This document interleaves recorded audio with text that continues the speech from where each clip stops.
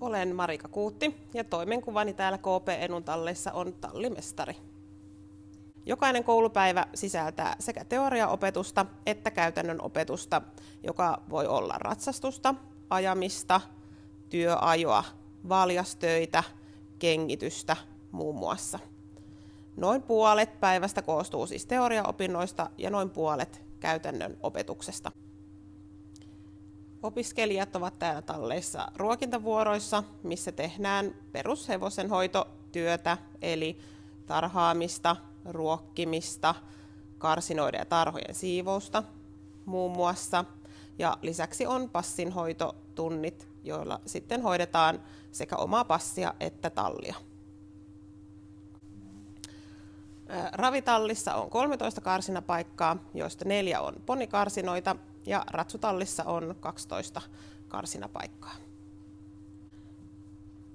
Ravitallissa ajotunneille pääsee osallistumaan sekä lämminverisillä ravihevosilla että satunnaisesti myös meidän Suomen hevosilla sekä raviponeilla.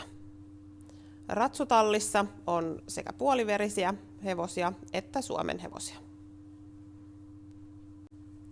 Ratsastus- ja ajotunnit tapahtuvat tässä talliympäristössä, johon kuuluu maneesi sekä ratsastuskenttä, lisäksi hiittilenkki ja Kaustisen ravirata.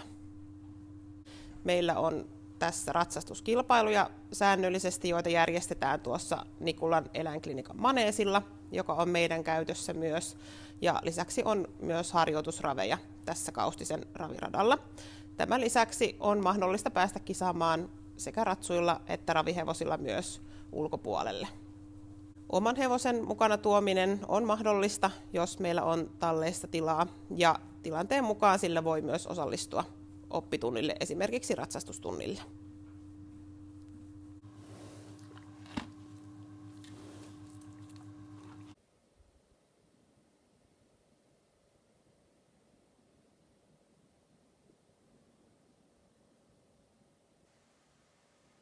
Elikkä mä oon Veera Vekola ja työskentelen täällä KPEDun Kaustisella asuntolaohjaajana ja sitten lisäksi pidän jonkun verran opetustunteja, esimerkiksi Monte-opetusta ja sitten noista simulaattoreista vastaan.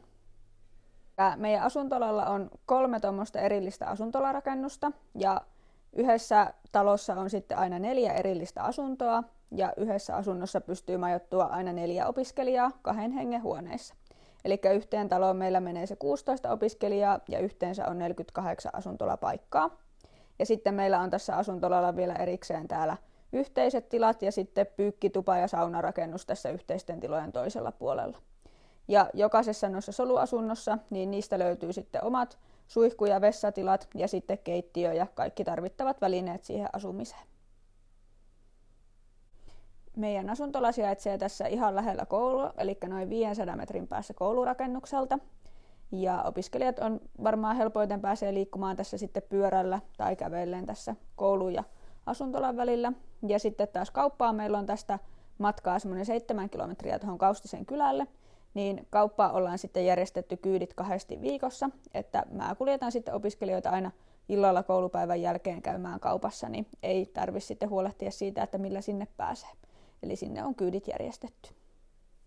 No vapaa-ajalla meillä on täällä yleensä aina välillä niin kuin järjestettyä yhteistä toimintaa, että voidaan pelata tai leipoa tai paistaa makkaraa, että kaikki halukkaat pystyisivät osallistua siihen.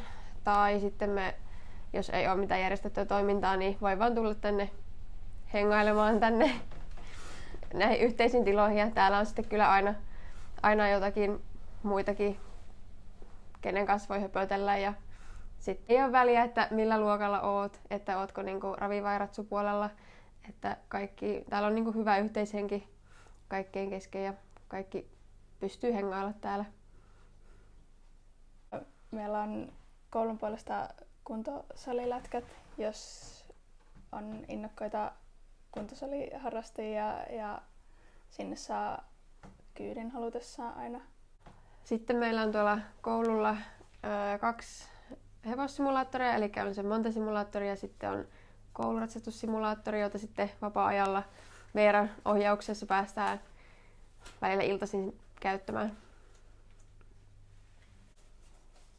No, tänne voi kyllä tulla ihan vasta alkajat hevosharrastelijat tai sitten jo enemmän hevosten kanssa touhunneet. Ja ei tosiaan ole väliä, onko ravihevosten, varoitushevosten kanssa ollut. Että täällä pääsee kyllä kumpaakin näkemään ja osallistumaan ihan niin paljon kuin vaan omaa intoa ja kiinnostusta on.